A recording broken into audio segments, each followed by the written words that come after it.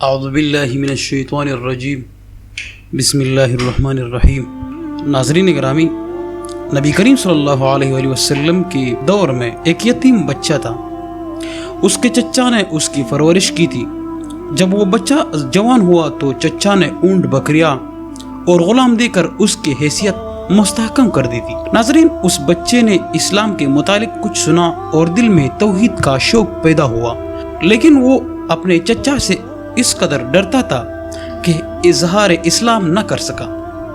ناظرین، جب نبی کریم صلی اللہ علیہ وآلہ وسلم فتح مکہ سے واپس گئے تو اس نے چچا سے کہا کہ مجھے برسوں انتظار کرتے گزر گئے کہ کب آپ کے دل میں اسلام کی تحریک پیدا ہوتی ہے اور آپ کب مسلمان ہوتے ہیں، لیکن آپ کا حال وہی پہلے جیسا ہے۔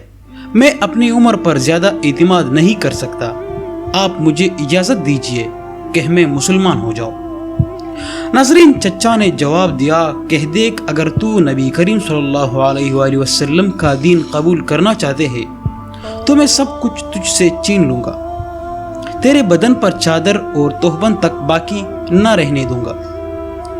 ناظرین، اس بچے نے جواب دیا کہ چچا جان، میں مسلمان ضرور ہوں گا، چاہے آپ مجھ سے سب کچھ چھین لو، اور میں نبی کریم صلی اللہ علیہ وآلہ وسلم کی اتباع قبول ضرور کروں گا۔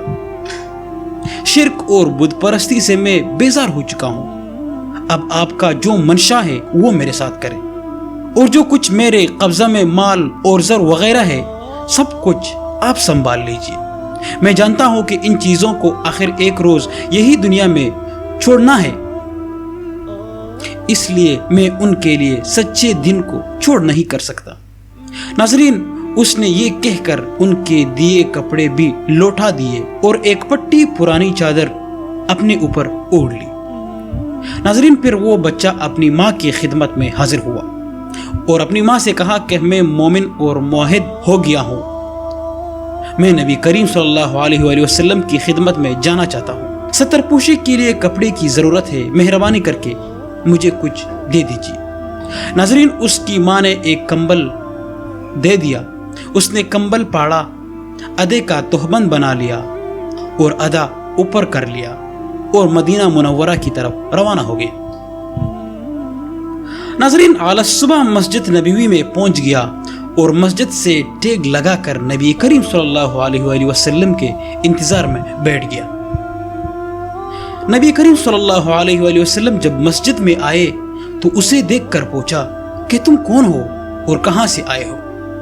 تو بچے نے کہا کہ میرا نام عبدالعزی ہے، میں فقیر اور مسافر ہوں، طالب ہدایت ہو کر آپ کے در پر آ پہنچا ہوں۔ تو نبی کریم صلی اللہ علیہ وآلہ وسلم نے فرمایا، آج سے تمہارا نام عبداللہ ہے، تم ہمارے قریب ہی ٹھہرو اور مسجد میں ہی رہا کرو۔ ناظرین، یوں عبداللہ اصحاب صفہ میں شامل ہو گئے۔ نبی کریم صلی اللہ علیہ وآلہ وسلم سے قرآن پاک سیکھتے اور دن بھر عجیب ذوق اور شوق اور خوش و نشاط سے پڑھا کرتے تھے۔ ناظرین، ایک دفعہ حضرت عمر رضی اللہ تعالیٰ عنہ نے کہا کہ لوگ تو نفل نماز پڑھ رہے ہیں اور یہ اعرابی اس قدر بلند آواز سے ذکر کر رہا ہے کہ دوسروں کی قرات میں مزاحمت ہوتی ہے۔ تو نبی کریم صلی اللہ علیہ وآلہ وسلم نے فرمایا، عمر رضی اللہ تعالیٰ عنہ، اسے کچھ نہ کہو، یہ تو اللہ تعالیٰ جل جلالہ اور اس کے نبی اکرم صلی اللہ علیہ وآلہ وسلم کے لیے سب کچھ چھوڑ چھاڑ کر آیا ہے۔ ناظرین، عبداللہ کے سامنے غزوہ تبوک کی تیاری ہونے لگی تو نبی کریم صلی اللہ علیہ وآلہ وسلم نے انہیں دعا دیتے ہوئے فرمایا، الہی، میں کفار پر اس کا خون حرام کرتا ہوں۔ تو عبداللہ نے نبی کریم صلی اللہ علیہ وسلم سے فرمایا، میں تو شہادت کا طالب ہوں۔ تو نبی کریم صلی اللہ علیہ وسلم نے فرمایا، جب اللہ تعالیٰ کے راستے میں نکلو گے، چاہے پھر تمہیں بخار بھی آ جائے اور مر جاؤ، تب بھی تم شہید ہوگے۔ ناظرین، ویسے ہی ہوا، تبوک پہنچ کر بخار چڑھا اور عبداللہ انتقال کر گئے۔ بلال بن حارث مزنی رضی اللہ تعالیٰ عنہ کا بیان ہے کہ میں نے عبداللہ کی دفن کی کیفیت دیکھی ہے۔ رات کا وقت تھا، پہلے وہ حضرت بلال رضی اللہ تعالیٰ عنہ کے ہاتھ میں اترے اور پھر حضرت ابو بکر اور عمر رضی اللہ تعالیٰ عنہما ان کی لاش لحد میں رکھ رہے تھے۔